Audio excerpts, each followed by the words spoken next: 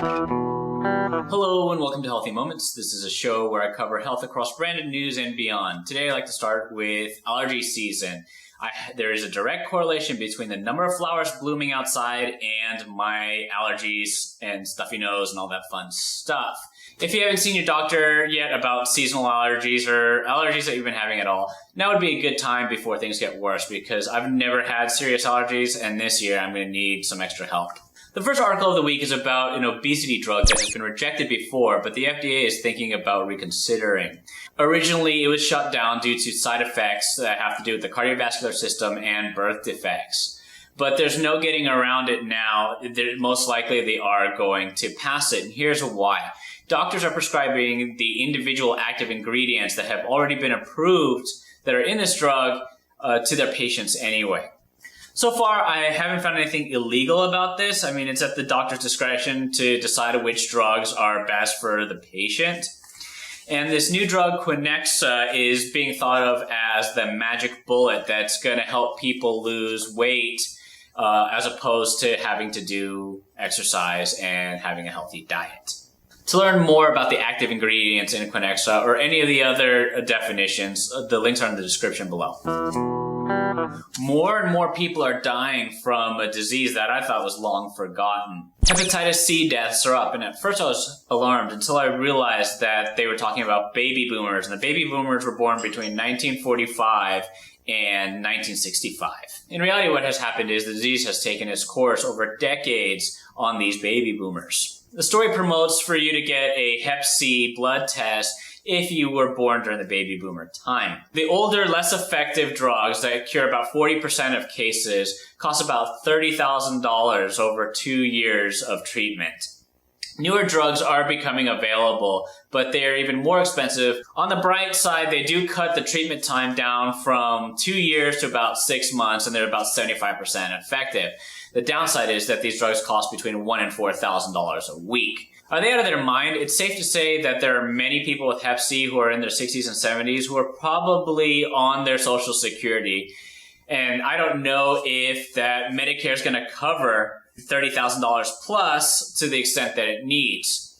So they are just signing off on a death sentence for these older people. How would you feel if you could eat meat without the guilt of sending millions of animals to the slaughterhouse?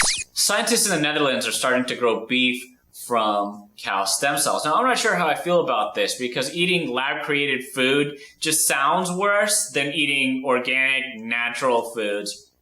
But who's to say that it is or isn't? There are some pros to this research that maybe you didn't think about. For instance, being able to grow beef in places that aren't ideal for supporting life. For instance, Antarctica or any of the poles. Or even more extreme, how about the moon or Mars? Instead of having to transport all this frozen beef to different places over periods of months, it could be lab created on site without needing extra oxygen and having to bring food, large amounts of food and all this stuff for the animals.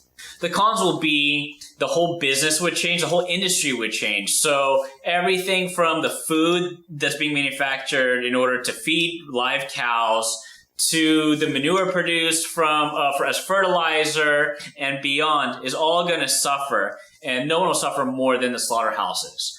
So I don't really know how much they make or how many people they employ, but at this point in time, employment's a big issue. There's nothing to worry about because the cost to make a single burger right now is about $315,000. So this is something that's going to be in the distant future.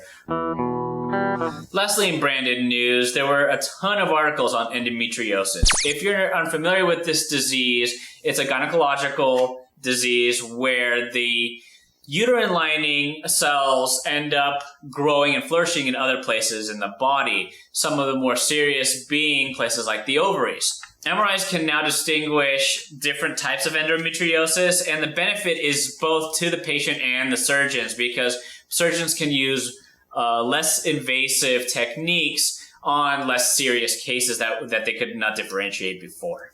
This article will give you the gist about the disease and talk about some of the details of the surgical procedure, so definitely check it out. The last article of the week is a featured article of the week on my website, and it covers the drug called Valium.